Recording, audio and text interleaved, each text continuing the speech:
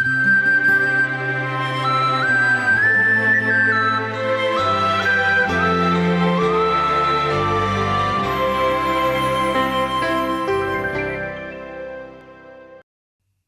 लोकनि एहि अध्याय के 28 पद सँ लऽ कऽ 62 पदक अध्ययन करबाक हेतु उपस्थित भेलहुँ हेँ।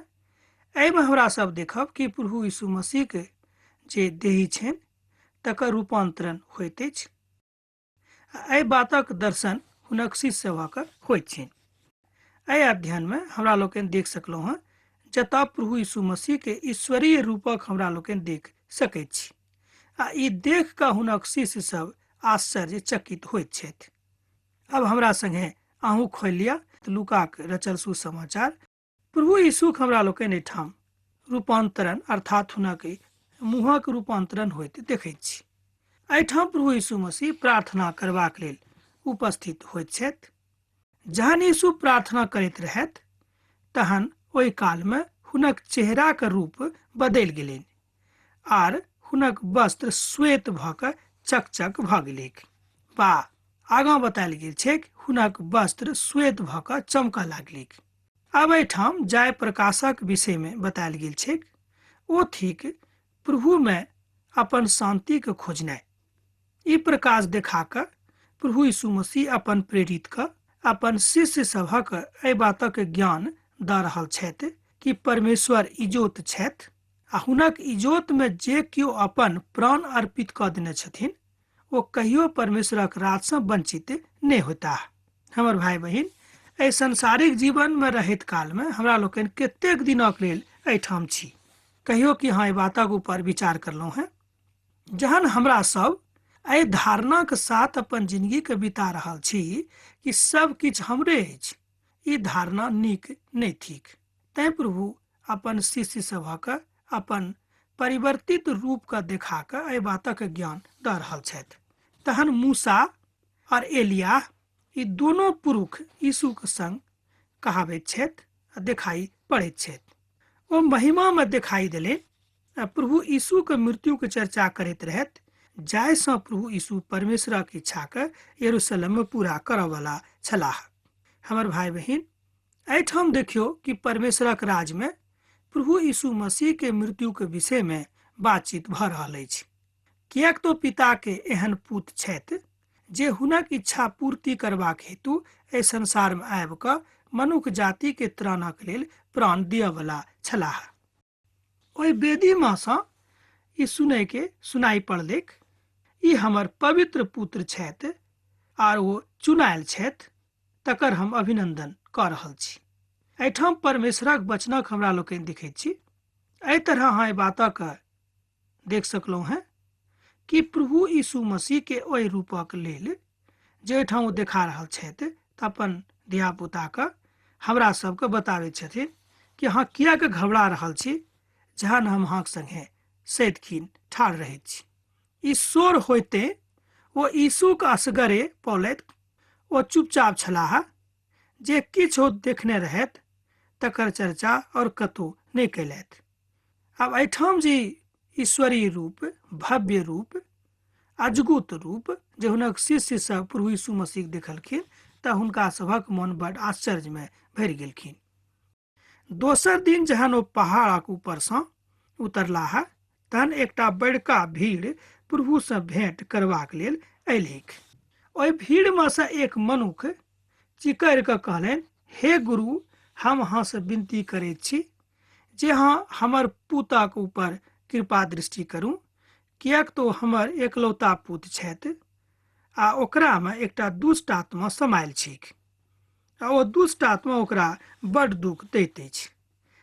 प्रभु ओहि आदमी के बेटा के निकालि कऽ हुनका हाथ में सौंप दैत छथि, अर्थात प्रभु यीशु मसीह ओहि हुनका बेटा के जे हृदय में कहियो दुष्ट आत्मा समायल रहनि तकरा ओ निकालि कऽ हुनका हाथ में सौंप दैत छथिन।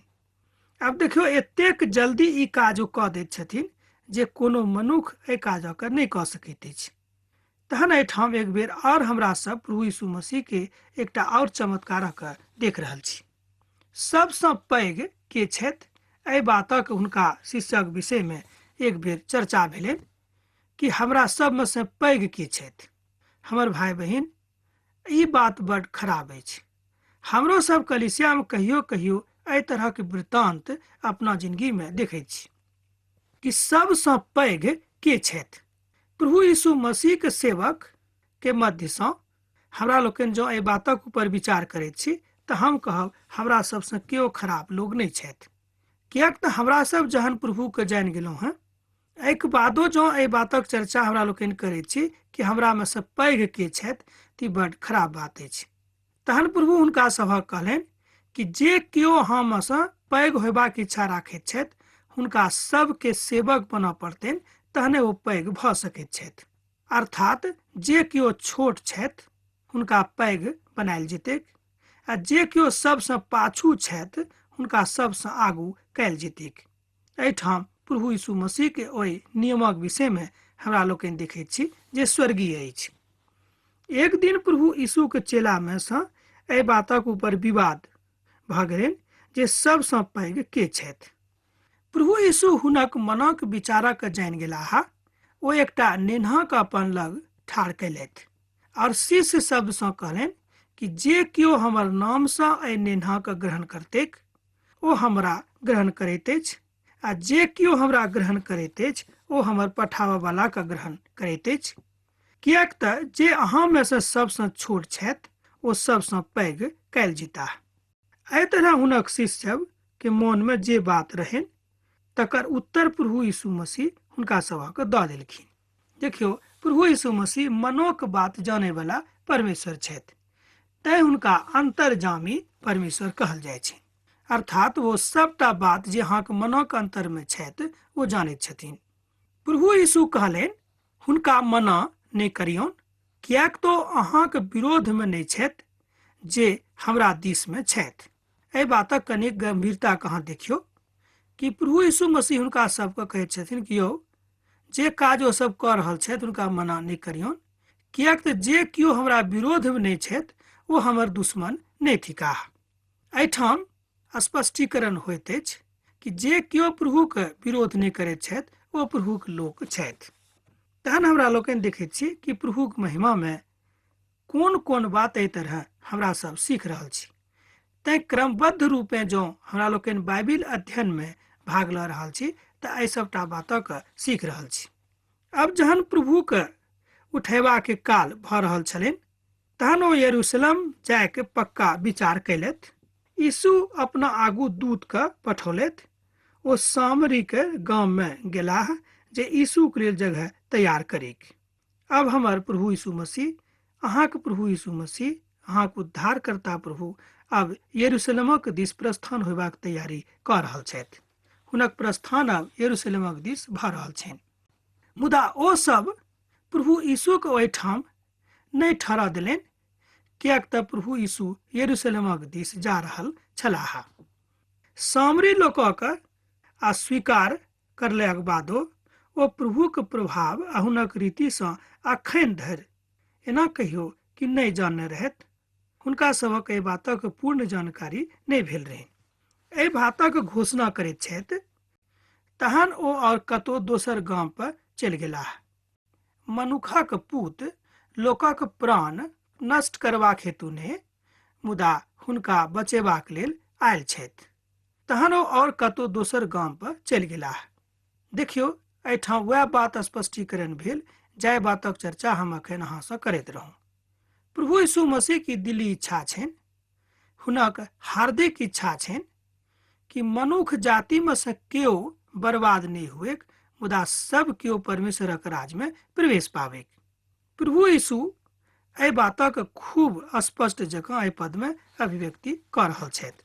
प्रभु यीशु एहिठाम एहि दृष्टान्तक माध्यम सँ हमरा सभक ओहि भावनाक जे गलत भावना अछि तकरा शुद्ध करक इच्छा राखैत छथि।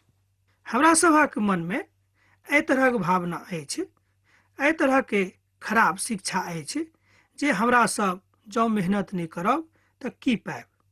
हमर भाई बहिन, ई हम नहीं कहैत छी जे अहाँ मेहनत नहीं करू, अहाँ बनिहारी नहीं करू, अहाँ मजूरी नहीं करू, अहाँ काज नहीं करू, से हम नहीं कहैत छी, आ नहि प्रभु ई बात कहैत छथि।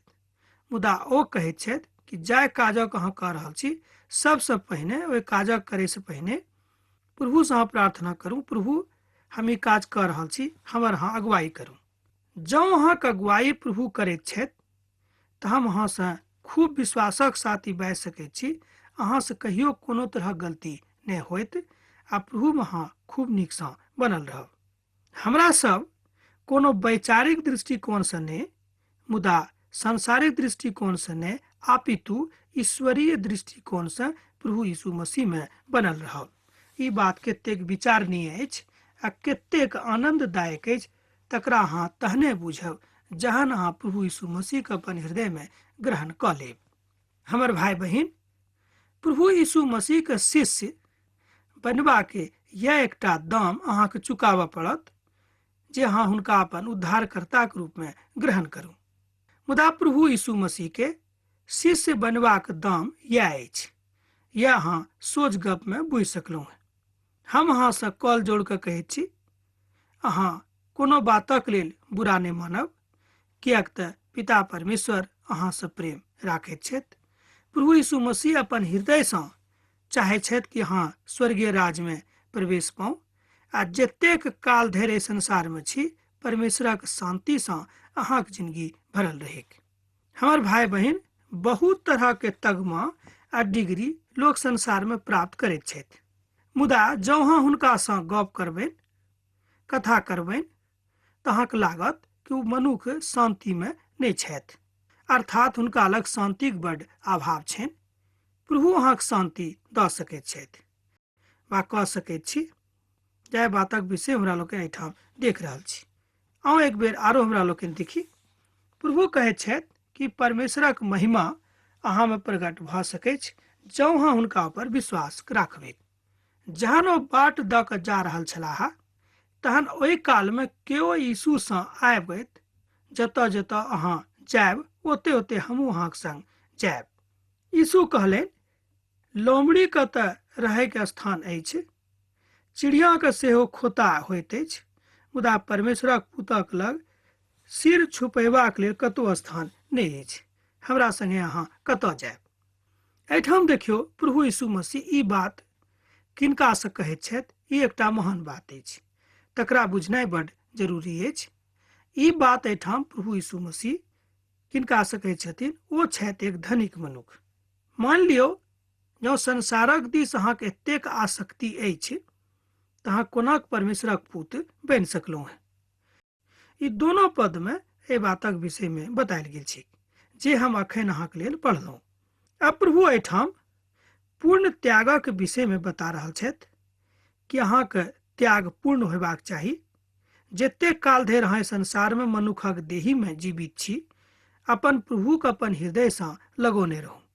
हमर भाई बहिन, अहाँके धियापुता किएक अहाँके एतेक मानैया कि अहाँ कहियो एहि बातक ऊपर विचार करलहुँ हैं? किएक तऽ अहाँ अपन धियापुतासँ खूब नेह राखैत छी, तैँ ओ अहाँसँ नेह राखैत छथि।